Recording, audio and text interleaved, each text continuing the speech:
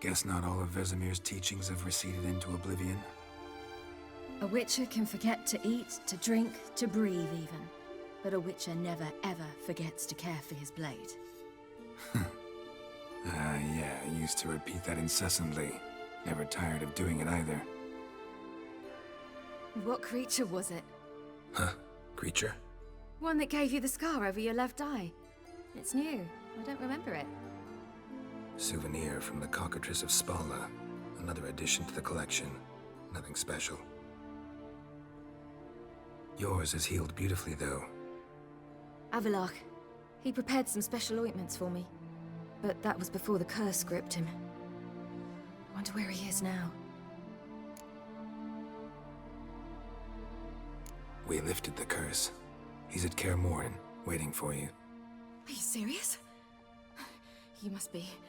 You'd not jest about something like that. A nice thing to wake up to. You trust him? Avallac'h? He's not let me down to date. Not once. Why exactly is Avallac'h helping you? Sages have never been fond of humans. He doesn't do it for me. It's about my power. As if it could ever be about anything else. Avallac'h tried to teach me how to control my ability. He was also making sure I didn't fall into Eredin's hands.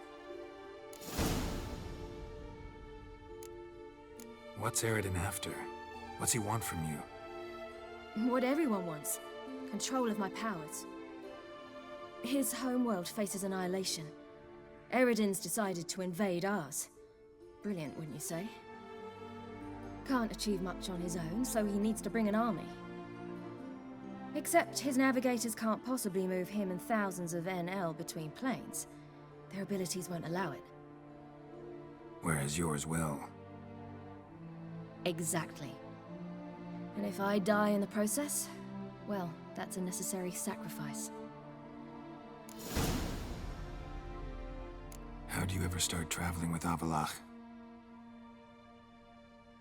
As soon as I'd left you and Yen on the Isle of Avalon, I found myself pursued.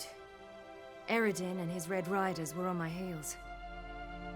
I fled through many worlds, many times. They came very close to catching me once. It was then that Avallac'h appeared, out of nowhere. He found a portal, and took us to a world where Eredin couldn't find us for, perhaps half a year. The world where Eredin couldn't find you, what was it like? You wouldn't believe me if I told you. Try me. People there had metal in their heads. Waged war from a distance, using things similar to megascopes. And there were no horses. Everyone had their own flying ship instead. Siri, stop fooling around. Told you you wouldn't believe me. We should have stayed there. So why'd you return? I thought the hunt had lost my scent for good. I thought I was safe. Besides, I wanted to find you. You and Yennefer. You were looking for us, we were looking for you. Times I thought you were just a step away. Other times, felt like I was going around in circles. I'm not surprised. There were times I fled pell-mell headfirst and forward. So tell me how it happened, step by step. Eredin located us mere moments after we landed on Ard Skellig. Soon after, he and his riders surrounded us. I thought it was over, the end. Turned out Eredin had other plans. He produced the phylactery, uncorked it. A fog enveloped us, and Avallac'h began gasping for air. That's how Eredin cursed Avallac'h, triggered his transformation into Uma? Yes. He didn't wish to kill him. Humiliation, that's what he was after. But Avallac'h refused to succumb without a fight. He cast a spell that wrought havoc in the hunt's ranks. And in a full half of a forest on Ard Skellig. Yet it also gave us time to flee. Avallac'h opened a portal. I leapt in. He was supposed to follow right behind me, but something went awry. Impaired by the curse, He failed to reach the portal in time.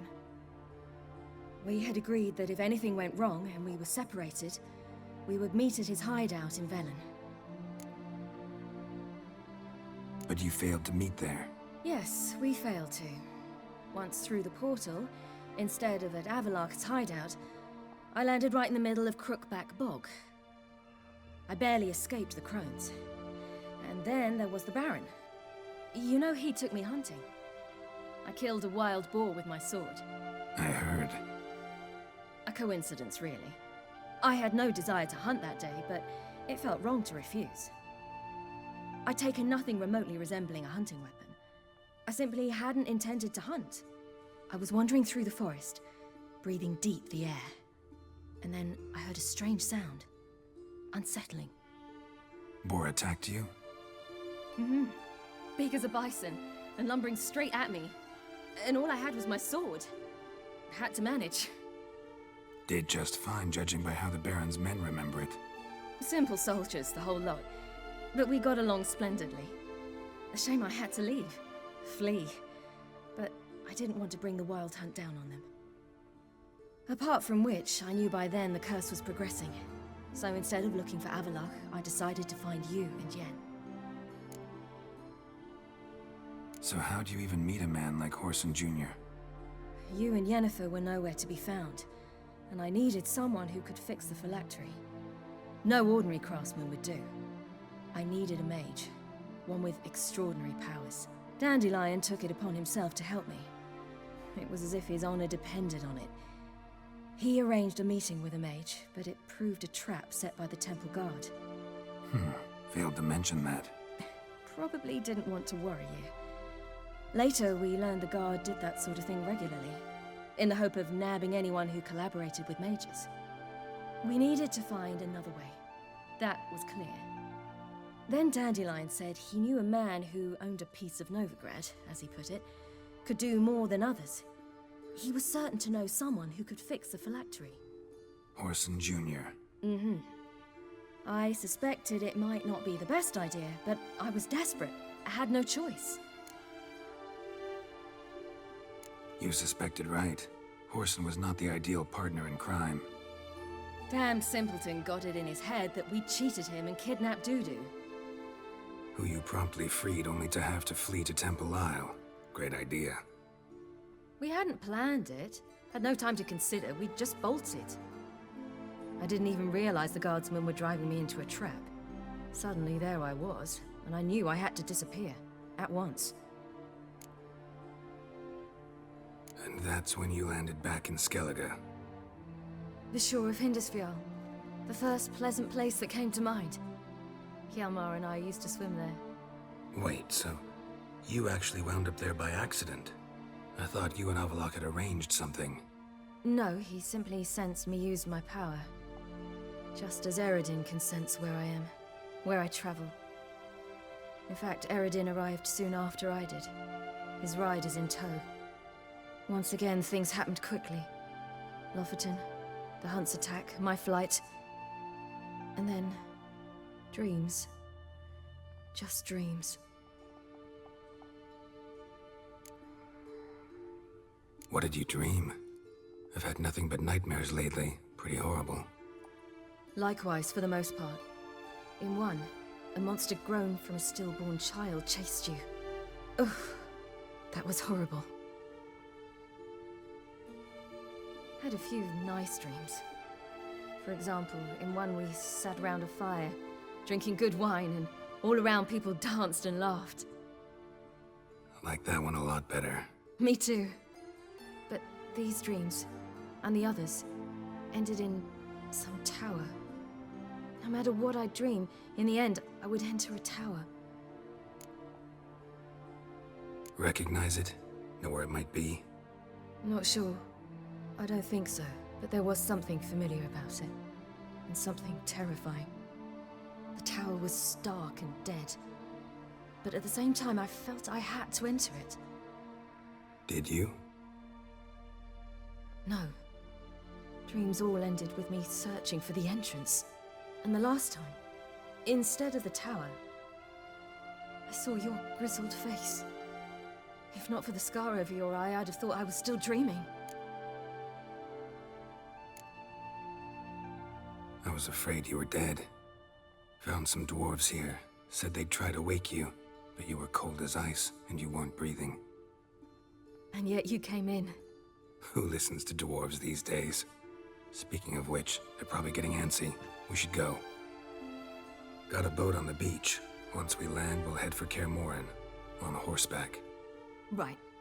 Conventional means of travel. They're just better. Though a portal would be quicker. And draw Eredin to us immediately. Rather not risk it. Besides, I hate portals.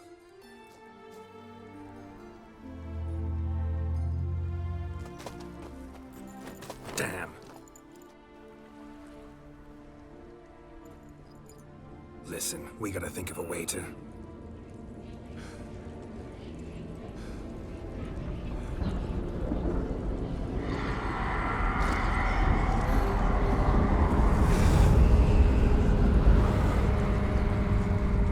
Get us out of here. They'll know where we've gone. They'll know how to find me. They already do. Ciri, take us home.